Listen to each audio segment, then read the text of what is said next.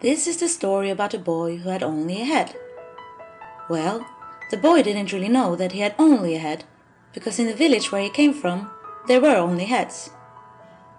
One day the boy started to feel like something was missing. The boy was wondering if he was the only one feeling this. "Would you like to go and search for your missing piece with me?" the boy asked the other heads. The heads in the village just stared at him and said, "I'm not missing a piece, and so aren't you. Come on and let's go back to work. We have a lot to do." The boy, though, couldn't let go of the feeling of missing something, and one day he decided he was going looking for his missing piece. He ran and ran, over the mountain and through the forest.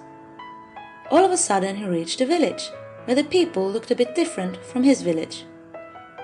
The boy walked up to one of them and asked, "Dear miss, have you seen my missing piece?" "Well, my boy, your missing piece is called a body, and you already have one. You just forgot to feel it, so it became so small so you can't see it anymore. A body needs to feel to exist." As the boy now was reminded that he had a body, he tried to start feeling it, and soon it was there and visible again. The boy loved having a body, but after a while that feeling of missing something came back. The boy asked the other people in the village if they wanted to go looking for their missing piece, but he got the same answer as back in his village. "I'm not missing a piece." But the boy still felt it, so one day he left the village, ran over another mountain, through another forest, until he finally reached another village. In this village the people again looked a bit different than in the other village. The boy walked up to one of them and asked, "Dear mister, have you seen my missing piece?" "Well, my boy, you are not actually missing a piece, but I can see that you probably haven't listened to your heart in a long, long time. A heart needs to be listened to be able to beat." As the boy started to listen, he could soon hear his own heart beating.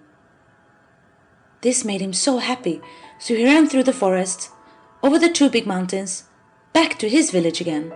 "I found my missing piece!" he screamed. He tried to explain to the heads that they could also do it, but they just stared at him and said that they were still not missing a piece, and that he should go back to work. The boy tried to work and do the things that they had always done in the village, but since it was all adapted to heads and not to people with body and heart, he could not join anymore. The boy became sad, and he realized that even if he had found his missing pieces, he was lonely and had become one big missing piece instead. One day an idea hit the mind of the boy. He realized that since he had been so busy with listening to his own heart beating, he had almost forgot to use his head. He asked himself the question, how can a head understand what a heart has to say when the head never learned how to listen to it? The boy worked really hard to also include his head to make sense of what his heart was telling him. And when he finally managed to connect the two, he went out to the heads in the village again. And then it happened. Now he was able to ask the kind of questions that the heads could actually understand. And all of a sudden the people in the village discovered that they also had a body, and they also learned how to listen to their heart. And they could do this while using their head at the same time. The boy kept on asking them the right questions, and more people were able to connect to themselves.